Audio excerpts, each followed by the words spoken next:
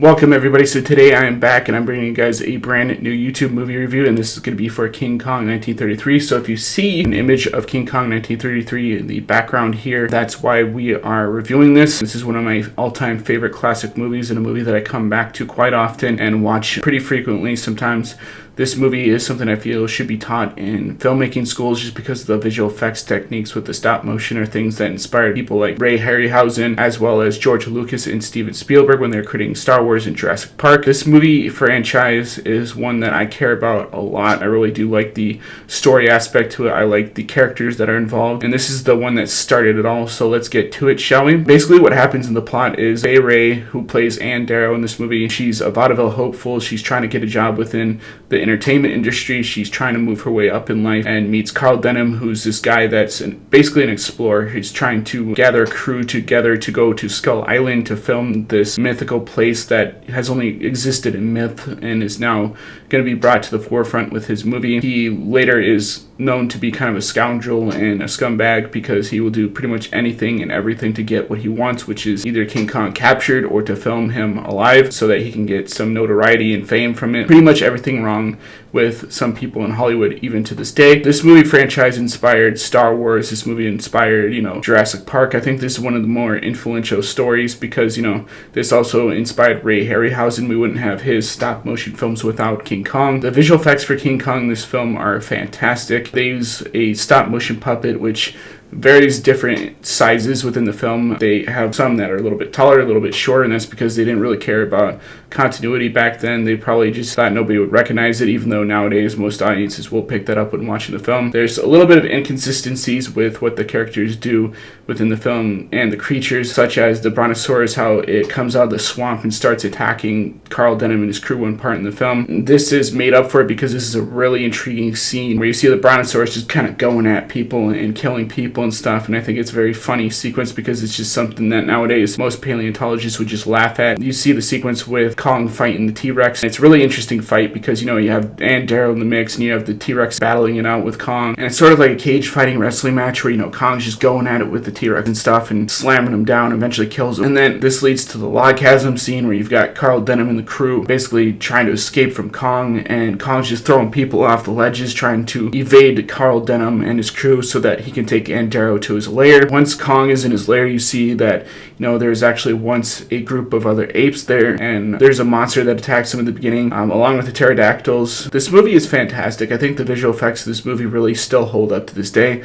I know some people probably find it a little bit weird because it's not CG or computer generated or it's in black and white, so people probably won't like it because of that. But if you look beyond that, you can kind of start to see a little bit of the color that would be there, and it adjusts with your eyes, so you kind of put that color in there with yourself when you're imagining kind of what those characters would look like in real life. And all the creatures are done in stop motion. Like I said before, this is a technique that's been done for years now and is still being done to this day, and perfected by Ray Harryhausen and still continue towards the modern times. This is something that I think a lot of modern audiences don't know, is that it was really hard back in the day for them to do the stop motion stuff because it really hadn't been done before. This is before CGI, so they couldn't just go into a computer and animate the stuff digitally within seconds. This is really time consuming work that lasted months, even years to complete, and you're stuck in a hot room, you're trying to animate these things and make it so it matches each frame of the film so that when you kind of cut it together, it blends together and it doesn't look disjointed or anything. And I think the way that they did that was so ingenious is because back in the 30s, this was during the Great Depression, and this is pretty much the low point in our economy, and people went to movies because they wanted to be entertained. And I think with our economy today, people still do that, where we spend $20 to go to the theater and we expect greatness out of some of these movies, and sometimes we don't always get that, which is a little bit disappointing because it's like we give you this money and you should be making fantastic films like King Kong 1933, and sometimes it just doesn't end up happening. But for the time being, this was revolutionary. This changed motion pictures. This changed people's perceptions of what movies could be, and I think this movie not only inspired Peter Jackson, but I'm sure it inspired people like Steven Spielberg and stuff, who would go on to make other films in the franchises, and their visual effects revolutionized modern movies,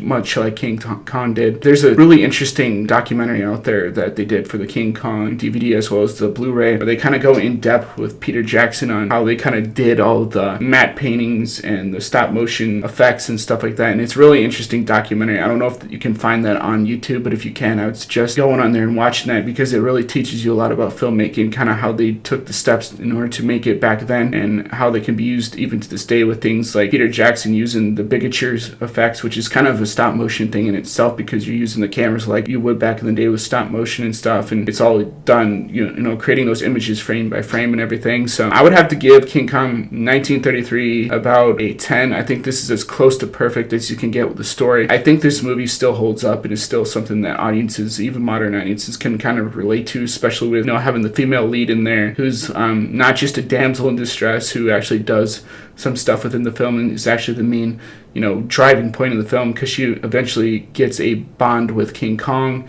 and this sets in motion the end sequence, which I think everybody has seen, with the biplane shooting King Kong and Kong grabbing the planes and throwing them at each other, and Kong just fighting off the airplanes like it's nobody's business. Like, that scene is so iconic and so memorable that I think it's even something that's a lot of, like, used in parody a lot to this day. There's a lot of people that, you know, kind of make jokes about it and stuff sometimes, but I think that even the updated version with Peter Jackson's biplane sequence really added to that whole sequence and made it a little bit better than it was back in the day. And Jackson was even paying homage to the 1933 film in a lot of the scenes where, you know, you see some of the characters in that film doing similar things that they did in the original movie and vice versa. And so, yeah, it's still an influential movie, and I think that modern audiences, if you're looking to get into filmmaking, you should definitely check out King Kong 1933 and at least watch it maybe once or twice. If you're a fan like me, you'll watch it more than that, but just to appreciate what they had back then compared to what we have now, it's just something cool to go back to and just kind of experience and be like,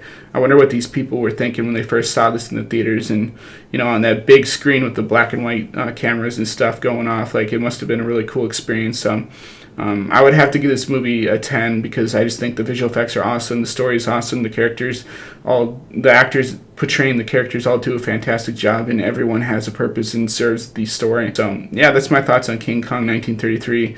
I don't know if I kind of went over everything that I wanted to talk about in this, but I didn't want to do too extensive because I know there's a lot of documentaries out there and stuff like that about this film already. So hope you guys like this, and as always, guys, rate, comment, subscribe, and I'll see you guys in the next video on my channel. Peace.